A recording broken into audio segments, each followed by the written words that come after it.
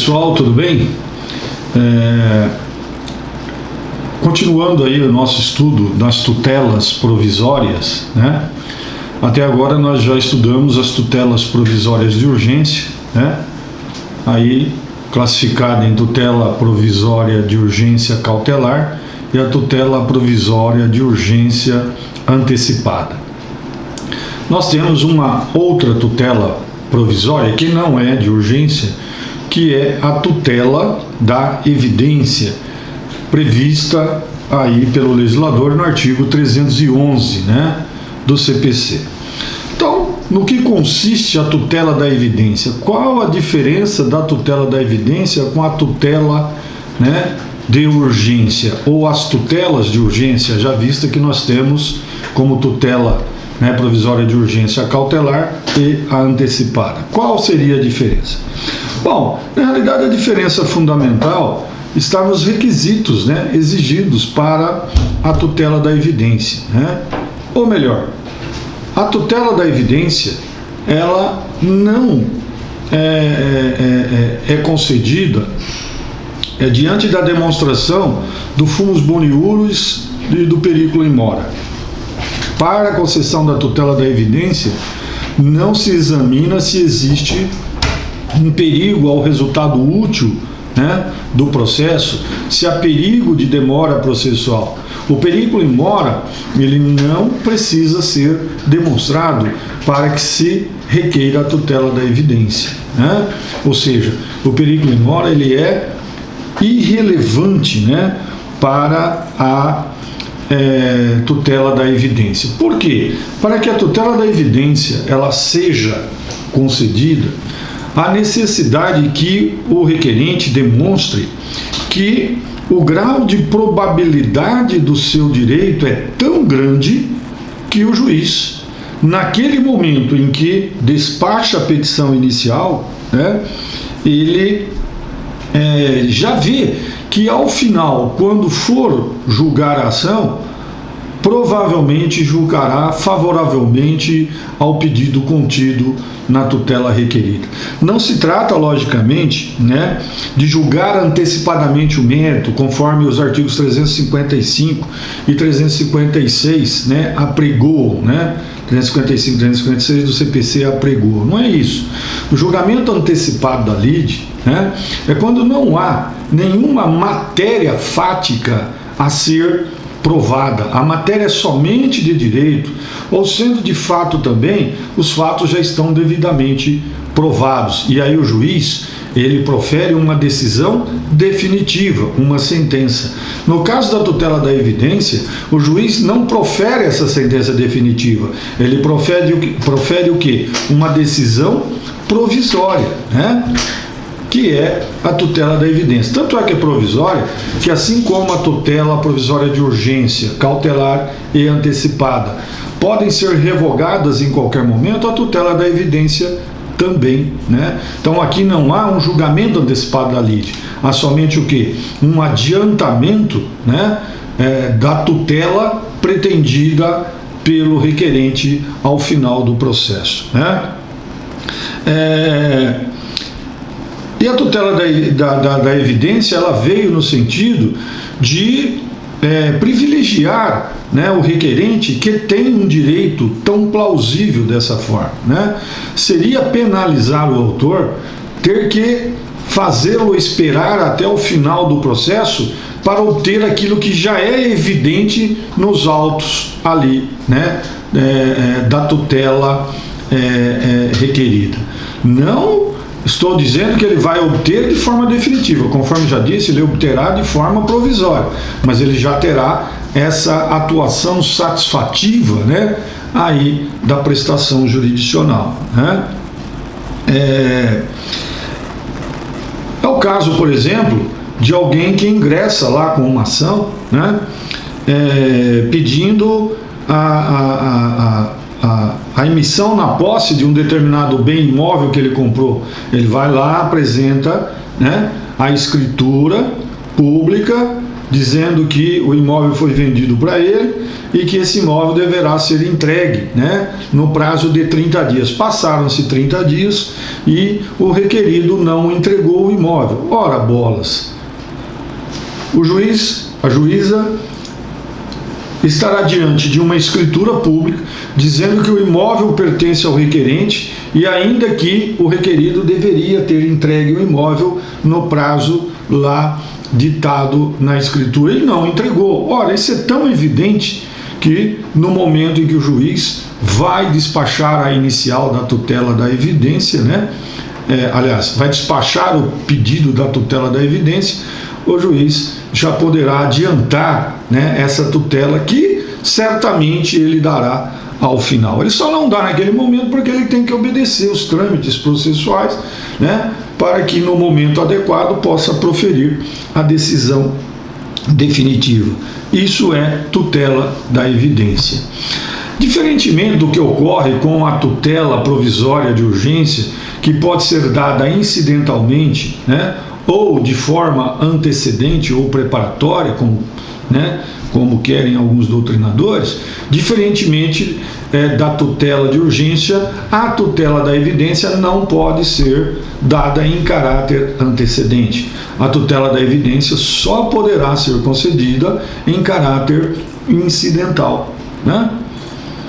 Não há como requerê-la antes do processo, né, onde o pedido, né, deveria ser efetuado, onde a proteção deveria ser dada. Então, a tutela da evidência, diferente da tutela de urgência, não pode ser dada em caráter antecedente, somente em caráter incidental. Mas o legislador, né, ele estabeleceu aí, né, alguns requisitos, né, ou impôs alguns requisitos em que a tutela da evidência poderá ser concedida. E esses requisitos estão todos eles em um único artigo, o artigo 311 do CPC. Diz lá o artigo 311: a tutela da evidência será concedida independentemente de demonstração de perigo de dano.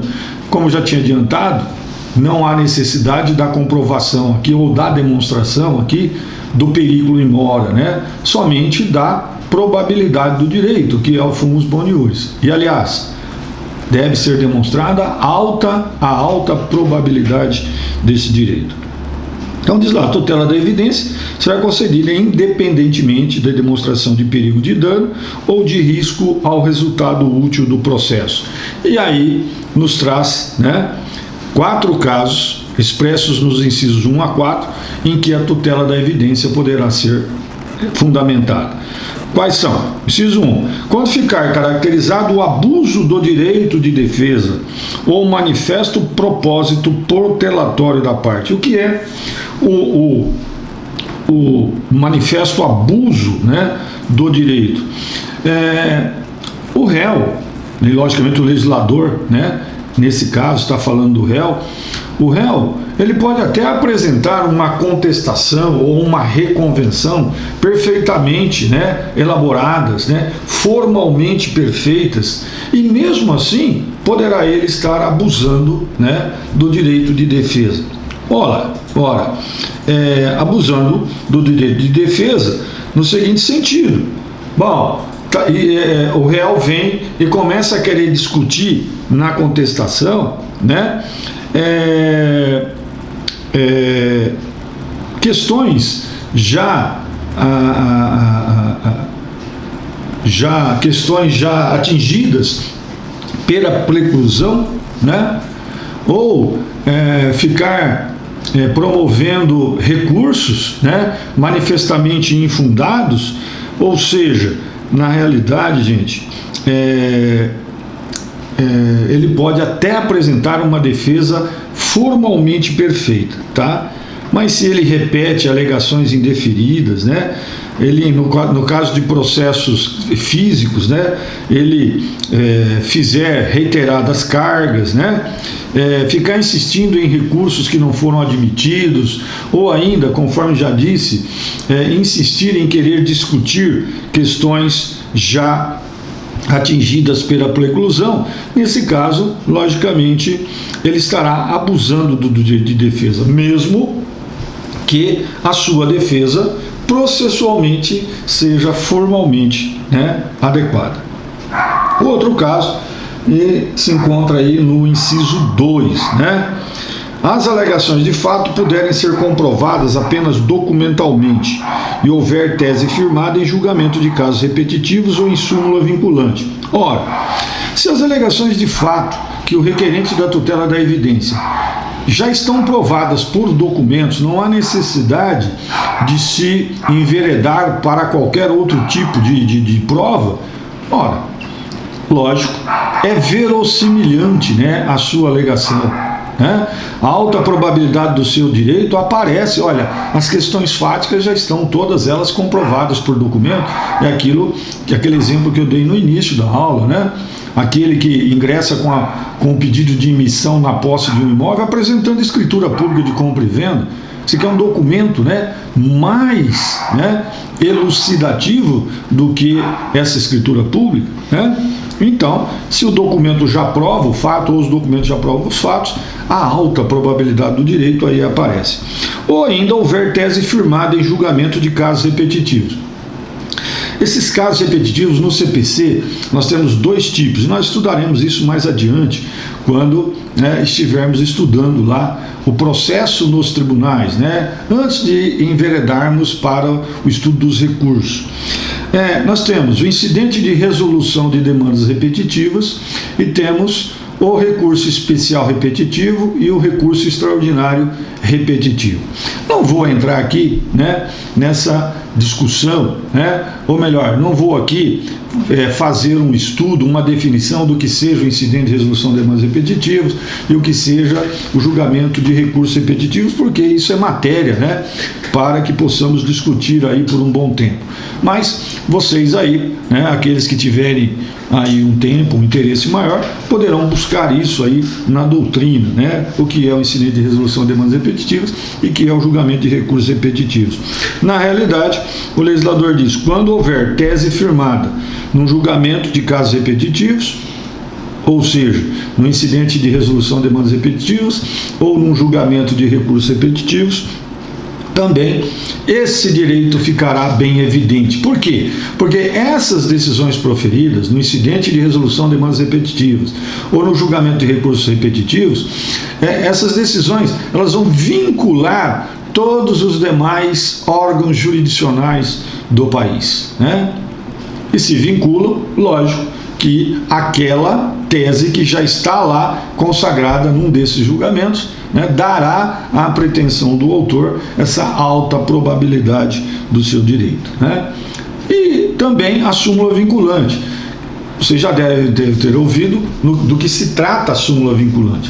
A súmula vinculante são decisões proferidas pelo Supremo Tribunal Federal por pelo menos 2/3 dos seus membros, então 8, ministros do Supremo, mas já visto que o Supremo é composto de 11 ministros, por 2/3. Aquela decisão, quando ela for proferida na qualidade de súmula vinculante, essa decisão ela vai também vincular todos os órgãos jurisdicionais do país. E não só os órgãos jurisdicionais do país, mas também os administrativos. A diferença da decisão no julgamento de casos repetitivos, de recursos repetitivos, em alguns incidentes de resolução de demandas repetitivas, é que vinculará os demais órgãos jurisdicionais. A súmula vinculante vincula, além dos órgãos jurisdicionais, também os órgãos administrativos. Um terceiro caso que o legislador trata é o inciso 3. Se tratar de pedido rei persecutório, fundado em prova documental adequada do contrato de depósito, caso em que será decretada a ordem de entrega do objeto custodiado, sob cominação de multa. Primeiramente, para que vocês fiquem sabendo o que é pedido rei persecutório, o que é ação rei persecutória. Toda vez que você estiver ingressando com uma ação, procurando buscar o que é seu, chamamos isso de ação reipersecutória. E no caso aqui do inciso 3, ele trata de um caso específico, que é o contrato de depósito. No código anterior, nós tínhamos lá entre os procedimentos especiais de jurisdição contenciosa a chamada ação de depósito, né? O legislador do Código atual, ele não mais contempla a ação de depósito como procedimento do CPC, mas o trouxe aqui como possibilidade no inciso 3 do artigo 311. Né? E o que é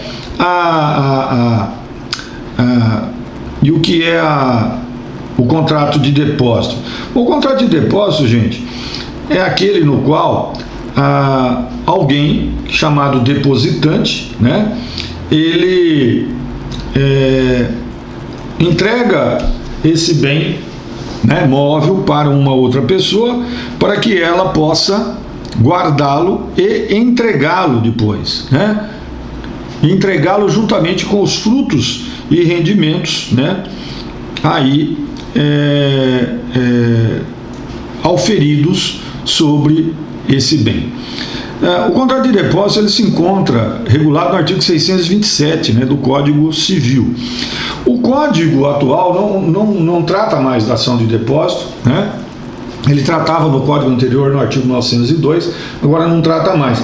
Mas aquele que está vinculado com outra pessoa através de um contrato de depósito continua tendo que entregar o bem e também os frutos, né, por ele produzidos na data aprazada, sob pena agora do depositante reaver esse bem, não através de uma ação, né, de depósito, mas através de uma tutela provisória da evidência, na forma com que se apresenta o inciso 3, né, do artigo 311. Né? Então só mudou-se aí o procedimento, né, para a recuperação do bem dado em depósito. 4 também, a petição inicial for instruída com prova documental suficiente dos fatos constitutivos do direito do autor, ao que o réu não oponha prova capaz de jurar ou de gerar dúvida razoável. É quase como a exigência do inciso 1, né? Só que aqui de forma específica. Então, se o pedido do requerente, do autor, da tutela da evidência, for aí fundamentado em prova documental suficiente para a prova dos fatos alegados, né, e o réu, na sua defesa, ele não consegue opor dúvida razoável, ou seja, não consegue impugnar, né, com clareza, com fundamento, aquilo que foi pedido, o juiz, nesse caso, a juíza, eles poderão já se deparar aí, né, com essa alta probabilidade do direito do requerente, né? E o legislador nos diz ainda, no parágrafo único, que nos casos do inciso 2 e 3, o juiz poderá decidir liminarmente, ou seja, nos casos em que as alegações de fato puderem ser comprovadas apenas documentalmente e houver tese firmada em julgamento de caso repetitivo ou em súmula vinculante, e também se tratar de pedido reipersecutório no caso de um contrato de depósito. Por que isso? Porque só no 2 e 3 e não no 1 e 4 poderá o juiz decidir liminarmente. Quando o legislador fala aqui em decidir liminarmente, gente, é o seguinte, é dar a liminar antes da própria contestação, tá? Normalmente inaudita altera parte, ou seja, sem ouvir a parte contrária, tá? Por que só nos incisos 2 e 3? Porque é lógico, para caracterizar o abuso de direito de defesa, o juiz tem que ver a contestação. E se a liminar é aquela dada antes da contestação, antes de apresentar a contestação, ele não pode ainda, ele não tem intuição, ele não tem bolinha de cristal para saber como virá, né, a defesa aí do réu, né? A defesa que pode ser através da contestação ou através da reconvenção. Então o inciso 1 diz, quando ficar caracterizado o abuso de direito de defesa, lógico, o inciso 1 não pode ser, né, fundamento para o juiz dar a liminar, porque a liminar é antes da contestação. E no caso do inciso 1, a contestação nem mesmo foi apresentada. E a outra, né, situação é o inciso 4, quando a petição inicial for instruída com prova documental suficiente dos fatos constitutivos do direito do autor, a que o réu não oponha prova capaz de gerar dúvida razoável. Aqui também, gente, ainda não houve a contestação. O juiz tem que verificar a contestação para ver se realmente haverá dúvida razoável, né, porque o réu não conseguiu se desincumbir aí, né, da tarefa de impugnar os fatos constitutivos do direito do requerente. Como vocês puderam perceber, a tutela da evidência, ela apesar de ser também uma tutela provisória, ela não precisa que seja aí demonstrado, ou precisam ser demonstrados, os dois requisitos para as tutelas de urgência, que é o perigo in mora e também o fumus boni iuris. Aqui, na tutela da evidência, somente o quê? Somente deverá ser demonstrado o fumus boni iuris, e assim mesmo que a alta probabilidade, né, do direito invocado pelo requerente. E a outra diferença é que a tutela da evidência, né, ela só poderá ser requerida aí com o processo em curso, ela não poderá ser antecedente. Na verdade, falar que ela só poderá ser requerida com o processo em curso, né, não é tecnicamente correto. A tutela da evidência pode ser requerida concomitantemente ou cumulativamente com o pedido principal, com a ação principal, ou poderá ser requerida depois que o processo principal já esteja em andamento, aí ela é feita por simples requerimento. Se ela for cumulativamente, ela poderá ser feita no bojo da petição inicial da ação principal, né? Enquanto a tutela de urgência, ela pode ser de forma cumulativa, pode ser incidental e pode ser de forma antecedente, né? Fazendo um paralelo aqui para encerrar, né, aí entre a tutela de urgência cautelar e a tutela de urgência antecipada e a tutela da evidência, podemos dizer o seguinte: enquanto a tutela de urgência cautelar, ela visa, né, conservar provas, pessoas, né, ou coisas, a tutela de urgência antecipada, ela visa o quê? Ela visa adiantar o resultado da tutela final, adiantar o resultado daquilo que o autor terá caso a ação seja julgada procedente.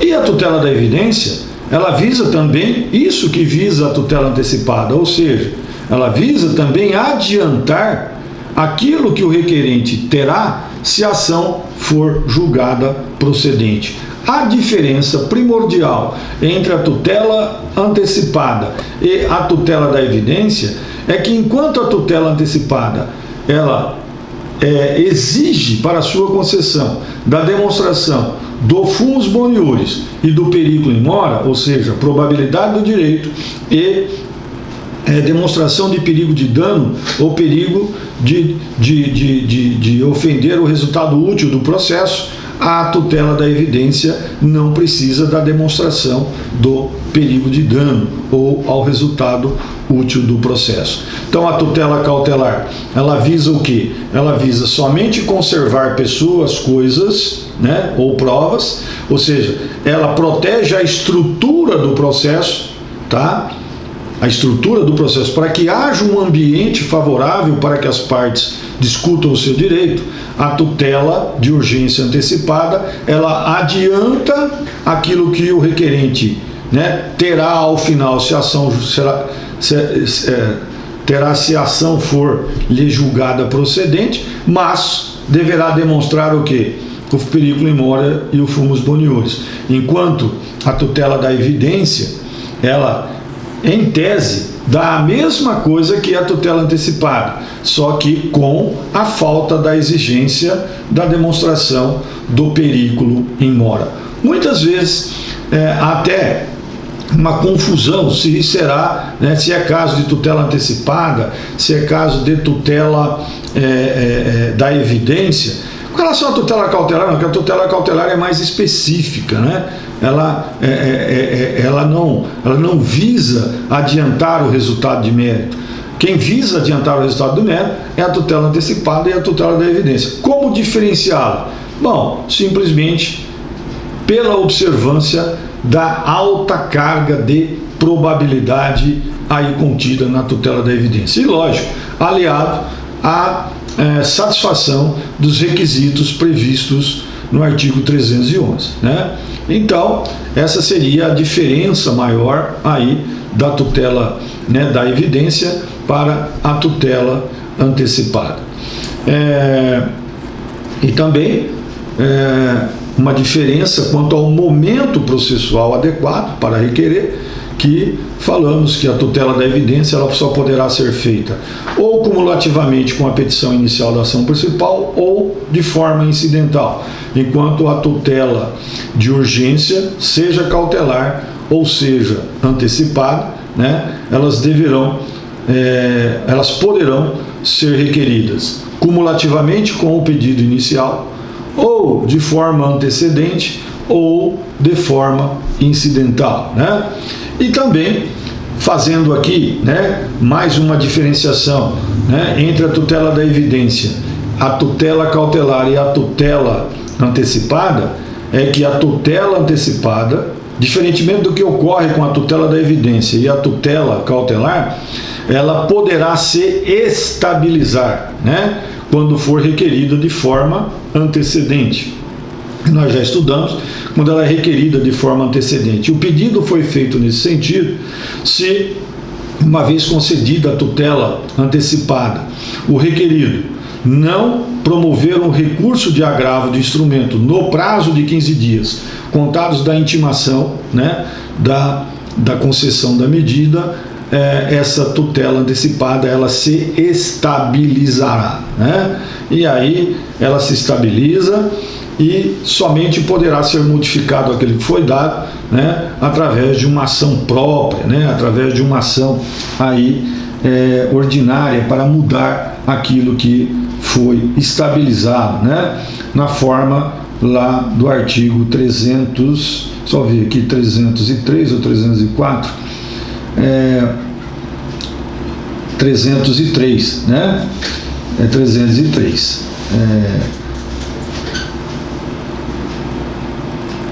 303, vamos ver aqui. 304.